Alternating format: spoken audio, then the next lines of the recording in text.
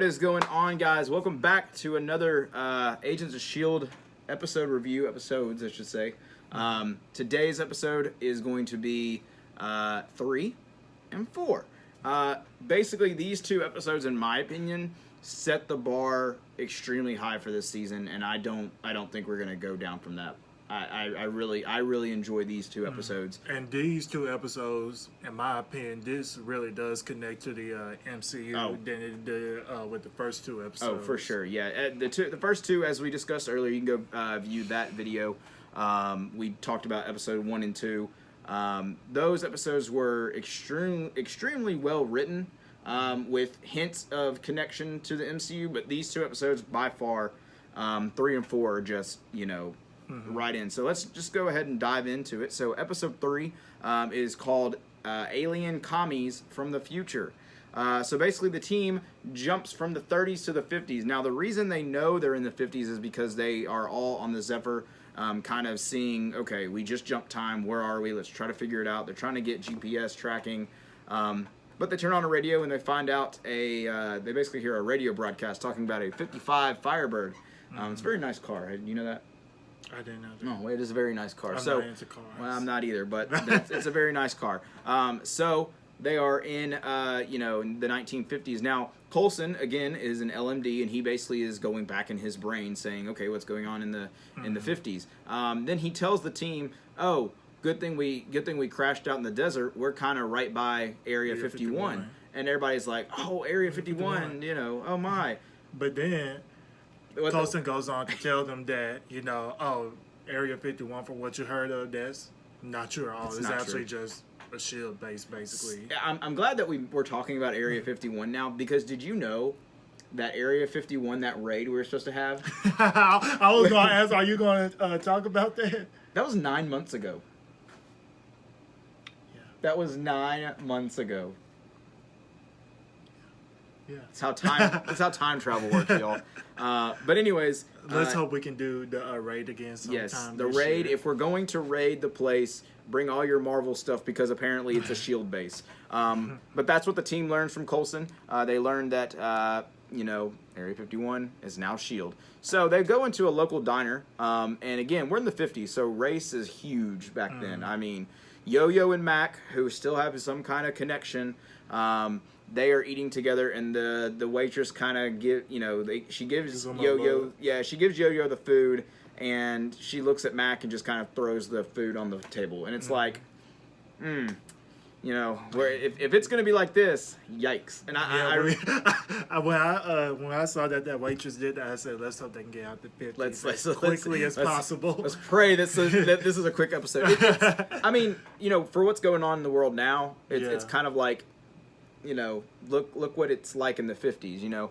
It's definitely interesting that they put this episode. I mean, I know they don't know, they're not going to schedule things to what's happening in the world nowadays, but yeah, 50s race is big, sexism is big back then too, and we'll find out that here in a minute. But what they're doing is they're actually waiting on I guess a general of the U.S. Army. It is actually the Secretary of Defense, General Sharp is his name, and they're waiting on him to come in, and he's basically an arrogant white guy, and he just talks out loud. He spouts orders to everyone, and he's spouting orders to the waitress, and he orders a cup of coffee, and he says, where's my sugar or whatever, and Daisy pours this kind of like, I guess, knockout powder into the creamer, and she says, oh, here you go, you can take mine. And he basically looks at her and says, thanks, can't get any decent waitresses here or something like that. And she goes, oh, I know. Knocks him out, and they take him back to the Zephyr. But what's cool about it too is they don't take him back to the Zephyr and kind of surprise him with, what is this technology? They put it into a commie almost type thing. They're in a tent that looks like he's being interrogated in the desert. It's really cool how they kind of did that. But basically what they did was they're trying to interrogate him to find out what's going on at Area 51, or the new S.H.I.E.L.D. base, as we learned. And what we find out is that NASA is holding a kind of like an experimental weapon. Yeah, they're kind of like trying to test out like a new weapon or anything like that. Yeah, and again, it's all under wraps because NASA's brand new. S.H.I.E.L.D is undercover, so all this is it's under wraps. They don't know about it. And what we come to find out is that the Chronicoms, who are again, they're back in the 50s. The Chronicoms are they're infiltrating early NASA to find out this weapon and help them, get their job done, which is destroy S.H.I.E.L.D. So basically, to find out more about what's going on in this secret base, Coulson and Simmons actually go in disguise. You know who they go in disguise as? Well, you say who go in for Coulson. I'll say who went for. Well, Coulson goes in undercover as General Sharp. Again, the Secretary of Defense, as we know, is under interrogation by Deke, Mac, and Yo-Yo. But who does Gemma Simmons go in undercover as? And I love the way that she pulled it off. Oh. She actually went in as Peggy Carter. Ooh. She had the look and everything because she actually slightly resembles her a little bit. Slightly, yes. Just slightly, though. Yes. But she pulled off her look very effortlessly. Oh, it was perfect. I mean, when they went past the guards and they let them in and they get out of the car or whatever, and kind of the director of the base stops them and says, "Who are you?" And they give them their ID cards, and it's like, "Okay, welcome, General Sharp. You'll be waited for inside." And then he goes, "But unfortunately, your secretary won't." And she comes in and she just says, "Oh, I'm no secretary," and just hands it to him. And he goes, "Oh. Agent Carter, I apologize." And she says, in the flesh. And then they walk in, and I was like, bravo, yes, that was perfect. Now, as we learn while Peggy and General Sharp are inside the base, they learn that the Chronicoms are taking the form of scientists, because the weapon that they are trying to get a hold of is basically like a helium bomb. What it is it's this big helium kind of, it will detonate and then it'll take out miles and miles of area and people. It's kind of like a nuke, or the 50s era nuke almost. And the only way they can stop it though is if one of the Chronicoms sacrifices themselves to power the machine and drop the nuke. So they learn this, and so they say, okay, we have to interrogate all the scientists. But what we didn't know in the previous episodes is that Chronicoms don't have emotions. They can't show, emotions. So there's a funny, look it up, go watch it. There's a funny little skit that they do, and they're interviewing every single scientist. And they're asking them questions, and one of them was like, I think Coulson looks at the guy and goes, "John Wayne, what a goofball," or, just like, and the guy's like, "What are you talking about?" It's like, he's like, "No, that's my idol." What was it that he said to one of the other scientists? Moist. No, stop. No.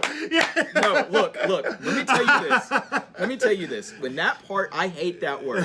When that part came up, I laughed, but I also was like, it made me cringe just a tad. But I understood why they were doing it. Yes. I wouldn't be a Chronicom if that was in the case. Moist. No, stop. Anyways, basically we jump back to the Zephyr, and General Sharp wakes up, and he's being questioned by Mac and Yo-Yo. Unfortunately, we're in the 50s, as you all remember, and sexism and racism is a big deal back then. So Sharp is not giving anything to Mac nor Yo-Yo, because of Yo-Yo is a woman and Mac is black. And it just really, that irritated me the most, because I was like, stop it. And so they take May back there, and May again is an Oriental woman, so that's definitely not going to work. He actually even called it. He said, "I'm not taking no orders from an Oriental woman," and that ticked May off, and May, I think, kind of got a little, physical with them. But they all look at Deke, and they're all like, A white man in the 50s. Wow. You go in there, and Deke is no interrogator. I mean, this guy looks like he's maybe pushing 23 years old. I mean, he's not, obviously, but I mean, he's got a clean shave, baby face, and they tell him to go in there, and so he goes in there, and he plays that role perfect. I mean, for someone who's never been in interrogation scene, he goes in there and he's like, claps it up. He's like, "You passed the test. you got past those guys, and now you're up against the big boss man. He's like, oh, finally talking to the head of the the thing, and he was like, I know, right? And basically, that's when they realize that this helium bomb that they're trying to figure out how it works, it doesn't. So then their brains start working. They're like, the Chronicoms need to power it by sacrificing themselves. They figure it out on the Zephyr. So basically, while they're doing that, we go back to the scientists. They're being interrogated and stuff, and enters a black, kind of a limo almost. I think it was a limo. It was some black car enters, and of course the camera pans down to the bottom of the car, and the car door opens, and you see a cane, and then you see a foot, and then the camera pans up, and who is it? Daniel Sousa. Daniel Sousa. Now, if you ever have watched the Agent Carter TV show, there was only 2 seasons, unfortunately. I thought it was a pretty good show. Was, yeah. But Agent Sousa is a character from that. It's Peggy Carter's right-hand man, basically. And he's just in there basically saying, he's kind of making sure the base is under wraps. He's like, hey, what's going on? Well, he pulls up, and the guy that we see that asked who Coulson was earlier, the general, he says, hey, we got some people in here questioning the scientist. It's General Sharp, and he's like, okay, that's weird. And he goes, also Peggy Carter. And Daniel Sousa's face is like, oh, right. Like, I gotta impress her. Like, all right, so he's walking up, and he's thinking it is the, Haley Atwell, Peggy Carter. But he's walking up, and he's like checking the mirror, checking his, lifting up, doing all this with his tie, fixing his hair, and he walks in, and at this point, Coulson has left to go interrogate more scientists that have come, to visit. And so he goes on this bus, and he's interrogating. I'll get to the funny scene then, but Sousa walks in, and he's like, clears his throat, and he's like, Peggy Carter? Or he's like, Miss Carter or whatever, and Gemma Simmons turns around and goes, in the flesh, and then it goes to a commercial. So Sousa's face is like, you're not Peggy Carter. So then he's like, basically talking to Gemma Simmons, and then Gemma's like, oh, I'm not, I'm not who you think you are, or you think I am. Because Gemma doesn't actually know who Daniel Sousa is. Exactly. Basically. And so he throws her into the cell. And then he goes to find Coulson. He finds him on the bus. And Coulson is actually interrogating this old lady. And the funniest part is, he leans in. And remember, he's trying to get emotion out of these people to see if they're Chronicoms. And so he leans over to this lady. And he says, you see a tortoise on the dry desert heat on the road. You flip it upside down where it can't move. It can't rock. It can't get anywhere. You have a bottle of water, but you're not pouring it. You're drinking it in front of him. And the lady's like, you monster!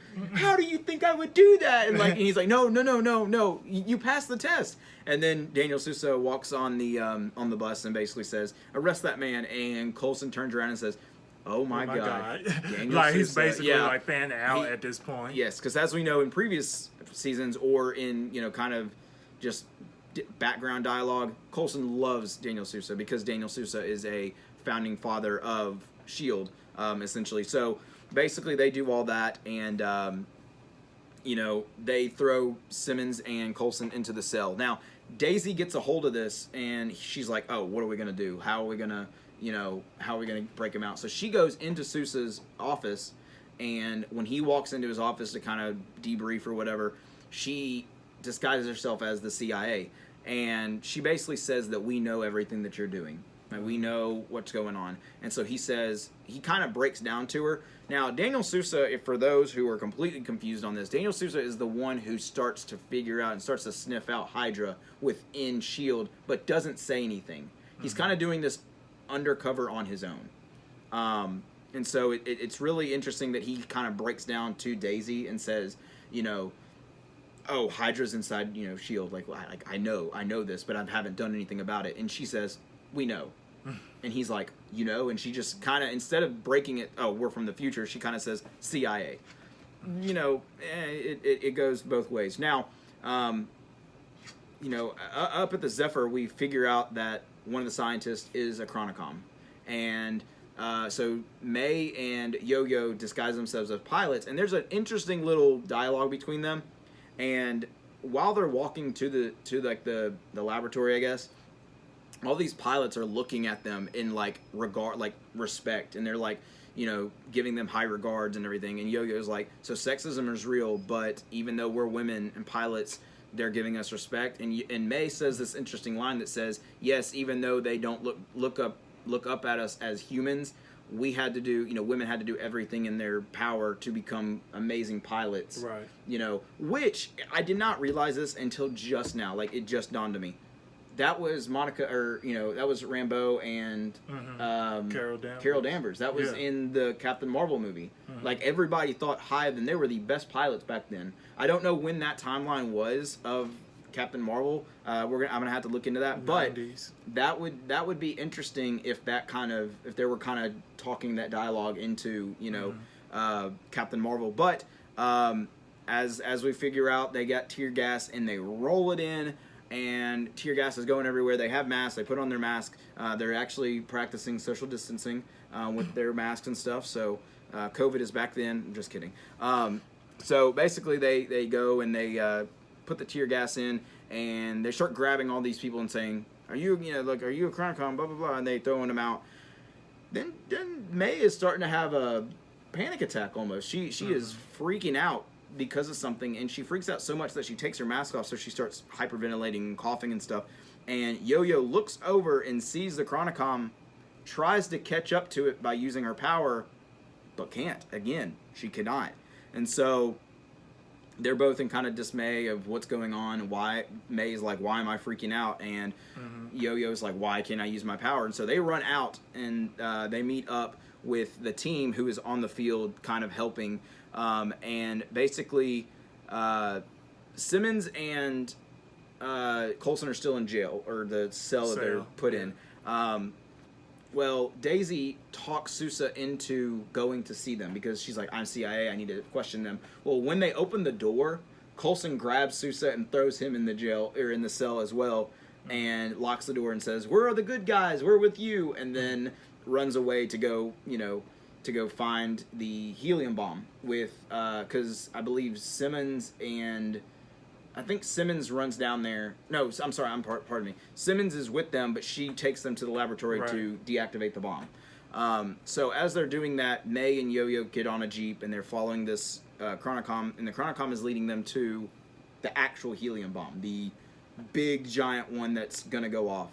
And basically what they're doing is, they're fighting for, the history of S.H.I.E.L.D. If that bomb goes off, boom, they're all dead. But what they didn't account for is more than one Chronicom. Right. They get into the laboratory, and this one guy looks at Daisy, and Daisy's like, "Hey, you need to get out of here." And he throws a punch and hits her, and she's like, "Oh, another one." So Coulson goes at it again. Coulson's an LMD. He has all the strength in the world. And Daisy makes this funny comment, and he's like, "I forgot that he's super strong now." And so the LMD, or Coulson and the Chronicom, are fighting. Sousa breaks out, and he sees this. Right. And he's like, "Hey," he's holding the gun at both of them. He's like, "Y'all need to stop it now." And I believe he shoots at one of them, but it hits him and doesn't do anything. And he's like... Yeah, he shoots the scientist. Yeah, which is the Chronicom. And as they're doing that, Gemma's like, "Hey, if I can reroute this, this tech that they have, if I can reroute it, I can, basically destroy all the Chronicons by sending out this blast of, kind of like a radio wave blast, but it basically stops any kind of non-human life form." And when she does this, it melts away the Chronicom on the in the laboratory, and the one that May and Yo-Yo are fighting. So the bomb has not gone off. The bomb is safe. Yo-Yo and May have won their side, but Coulson gets knocked out.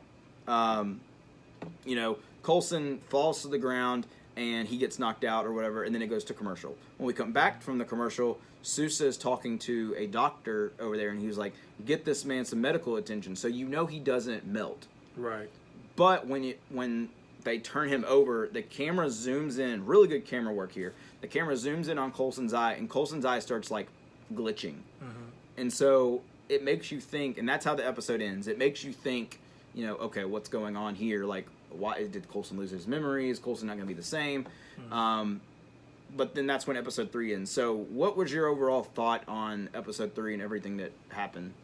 It gives like a little bit of insight of what S.H.I.E.L.D has done in the past. Basically, just still, they're still underground at this point. Their identity isn't known to the world, so it just gives us a little insight of what they did back in the day, and just see how things operated back then for them too as well. So it was more like an insightful episode, just to see how it all.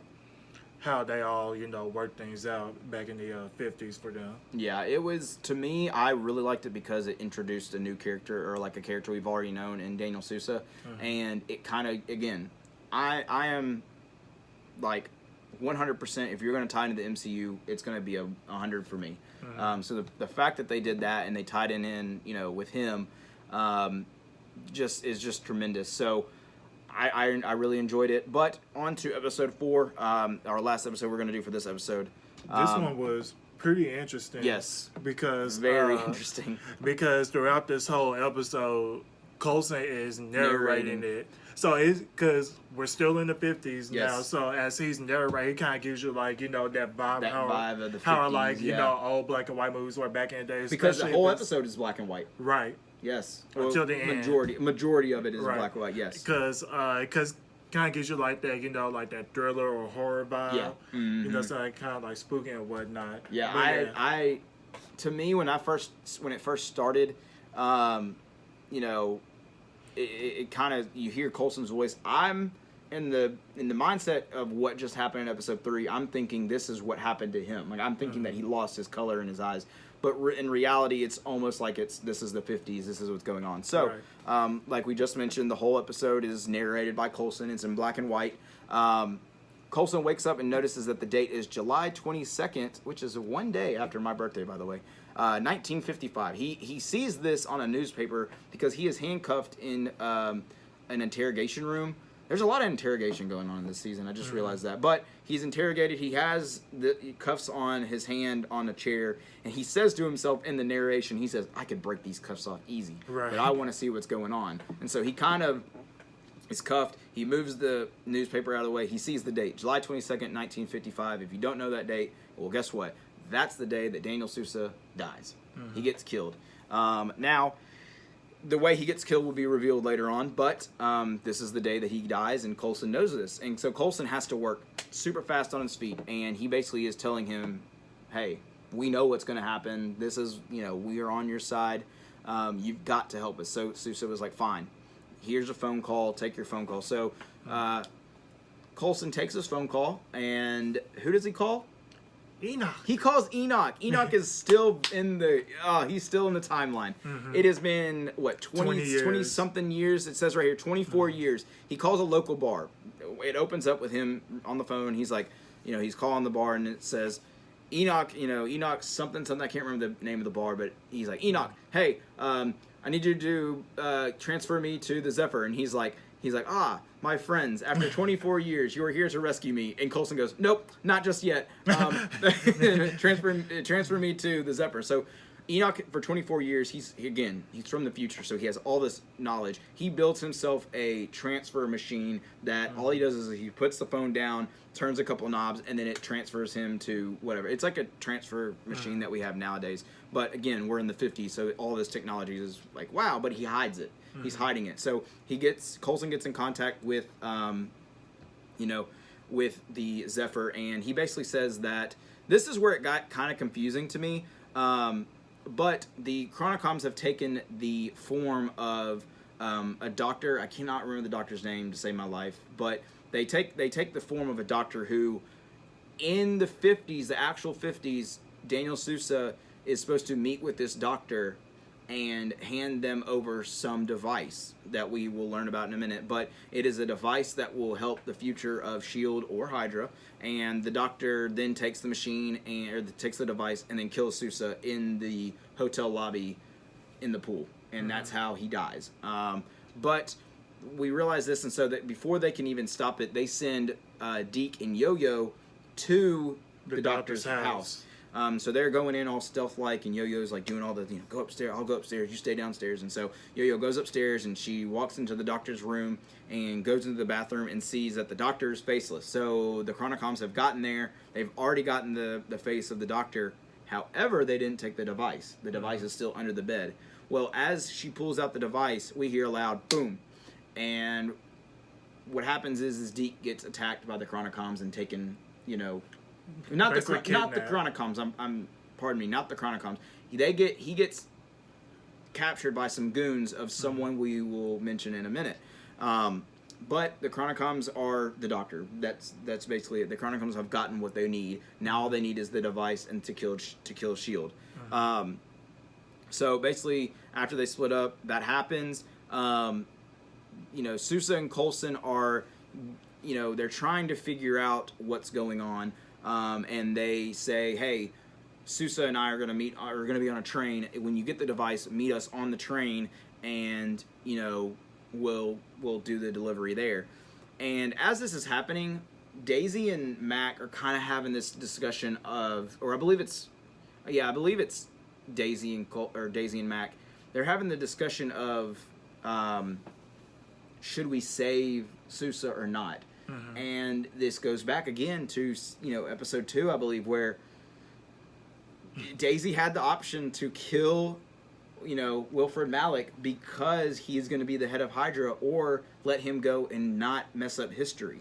Mm-hmm. So the fact that this kind of complication comes up again tells me that we're going to have this a lot this season. Right. Of which one do you choose? Do you choose to let history repeat itself and just continue, to play out as it is and how it's supposed to, or do you kind of save history and kind of fix things? We'll figure out their decision in a minute. But while they're on the train, Coulson's narrating, of course, and he's like, I had to think on my feet. So what I did was I saw someone, put their hat down, and that was, I kind of faked that was the sign. So Coulson goes and grabs a fake briefcase, and Sousa's like, he looks over, and Coulson's like, I'm gonna go with my team and meet them up. And so Sousa sits there, and Coulson goes, and he sits down, and another gentleman, who is the Doctor, which is now we understand is the Chronicom, sits down and says, hey, you've got 2 options. You can either give us the device now, and we can end S.H.I.E.L.D., or we can kill Sousa right now and, do this. And he's like, Coulson's like, I'm not doing either one of those. Like, I'm going to try to save it. And he's like, how about this?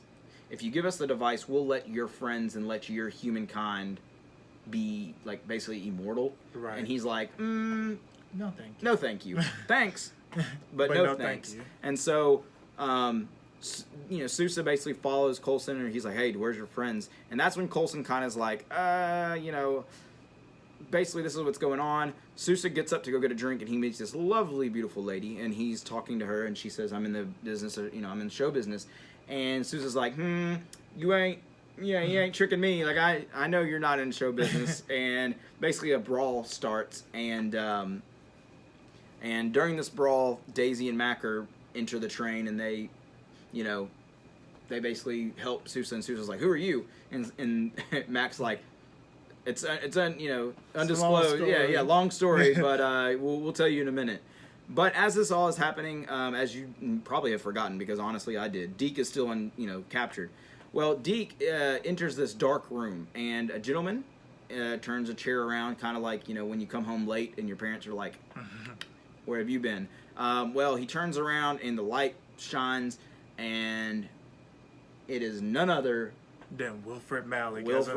Yes, it is 20 years later, and Deke doesn't know who it is because A, he's older, and B, he's got this full-grown beard, and so it doesn't look like it would be, obviously a different actor than who played the actor in the second episode, or the first and second episode, but we know it's 20 years later, so he's aged and stuff.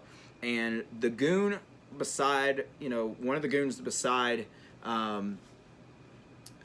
Deke, it was like, hey, we captured him, he was in the house of the Doctor, but we don't have the device. Right. And he's like, oh, you don't?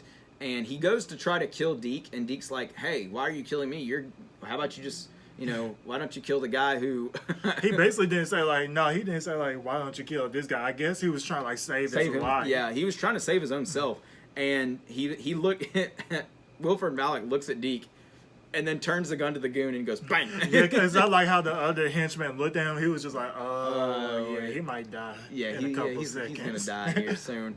But it's just a crazy thing. And Deke is like, I think that's when he realizes who he's talking to. Right. And then Deke's like, Freddy? He's like, I haven't been called that in a while. Right. And then he's like, how do you know that name? He's like, I was the one who saved you all those years ago, 20 years ago. And he's like, if my memory recalls, you held a gun to me. And then Deke says a line to save his life. He says, yes, but I didn't shoot the gun. Mm-hmm. And that is when, Alfred or Wilfred's like, you're right. I'll spare your life this time. But if I catch you again, you're going to die. And so they basically get out of there, and Deke meets up. And Deke gets into a phone booth and calls Enoch. And Enoch's like, another friend here to rescue me. He's like, no, not yet. And so he gets on the phone. He calls Daisy. And Daisy already knows. Mm-hmm. Daisy, Mac, Coulson, and Sousa are all on the Zephyr. And they're all talking about what's going on. But he's like, hey, you'll never guess who I ran into. And Daisy's like, Wilfred Malik. He's like, okay, well, maybe you will guess who I'm with, are just encountered. And so on the Zephyr, this is the first time Sousa's seen any of this technology. Mm-hmm. He is mind blown. And he basically is like, what's going on? Y'all got to tell me this. Like, tell me what's going on. And that's when Coulson's like, we're from the future. Yeah, we're from the future. And he's like, oh, so you know everything. And Coulson's like, kinda. Yeah. And then that's when Sousa says, well, I think that Hydra's infiltrated S.H.I.E.L.D. And then Coulson's like, yeah, we knew that. Yeah, we it's already happened in our timeline. And he's like, what? And it's a long story. It's a really long story. The whole MCU basically. And and so they're talking about it, and I can't remember how it gets brought up, but who was it? I think it was. Let me look at my notes. I think it was. He introduces. Yeah. Daisy says, "Is there anyone else who knows about your delivery to the doctor?" And he says, "Yes, the guy who's over me in S.H.I.E.L.D." And Daisy kind of gives him this look and goes, "What's his name?" And he said, "Wilfred Malik." And he goes, "No, Wilfred's the head of it." And he's like, "There's no way." And then that's when it starts clicking. Mm-hmm. Maybe S.H.I.E.L.D. is deeper than or Hydra is deeper than I really think. And that's when the great line comes in and says, Sousa says, "I will fight till I die for to save S.H.I.E.L.D. because I will fight Hydra and go down with them as long as far as they're deep."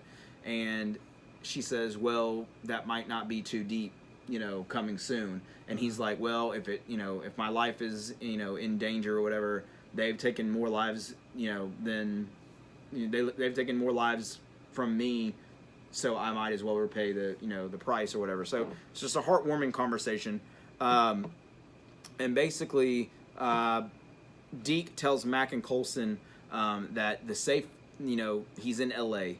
And that's when kind of everything happens. Mm-hmm. And that's when we learn, as we mentioned previously, we don't know why May has been freaking out. We don't know why May has been doing all this. But we finally figured it out, because when May goes down and introduces herself to Sousa, she shakes his hand. And that's when she starts freaking out again. And she's like curious, like what's going on. So she goes into kind of like a health, she gets put in an IV, and all of her tests come back normal. Yo-Yo's sitting there, and they figure out that May now has the power, essentially, that anyone that she touches, she feels their emotion. Mm-hmm. So she's basically Rogue. No, not Rogue. Rogue takes the powers. I'm sorry. She's basically what's the name for Guardians of the Galaxy? I just watched the movie too. Mantis. Yes. She's basically Mantis. And so she, she's like, oh, it makes sense now. When I was in the, when I was in the laboratory, and I touched all those scientists, I felt freaked out. I felt panicked because that's how they felt. And when they touched, when she shook Sousa's hand, he felt terrified. But he also had another feeling. And they're like, what's this feeling? And she said, running. And that's when they're like, oh, crap. And so they turn around, and Sousa is on a bike, a motorcycle, and he is off to go deliver the device to the doctor, which he is going to die, as we all know. And so Coulson and Coulson and Mac and all of them are like, we got to intercept them. And then, so what happens is he goes to the hotel, and the scene breaks down as we know he's going to die. And so he looks up at the host, and the host like cancels, and he turns the thing that says, be back in 10 minutes. And so he goes and he gives the host the bellhop, he gives him the device, and he's walking, but he still knows like something's behind him. He still has that feeling. And we come to find out that it is Wilfred's Malik's goon that is going to kill him. So all along, Sousa's head guy, Malik, that he thinks is good, is actually planning to kill him because Malik knows that Sousa is, is basically like, something's going on. And so what happens is Sousa turns a corner and he says, oh, he like gets startled. He's like, oh, I thought I shook you. And then it goes to a commercial. And then the commercial jumps back, and you see him kind of like walking fast. He's with a cane. He has a bad leg. He's with his cane. He has didn't he get hit by shrapnel or something? I think. I want to say it's been so long since I've seen Agent Carter. Yeah. I want to say he had what is the name of that disease? Polio. Yeah, I want to say maybe. That. If we're wrong, you can always comment down low. But basically, the goon turns from the column that he's been hiding behind and goes bang, bang, bang, and shoots him twice in the back. And he falls in the pool. Same scene as we get a hold of.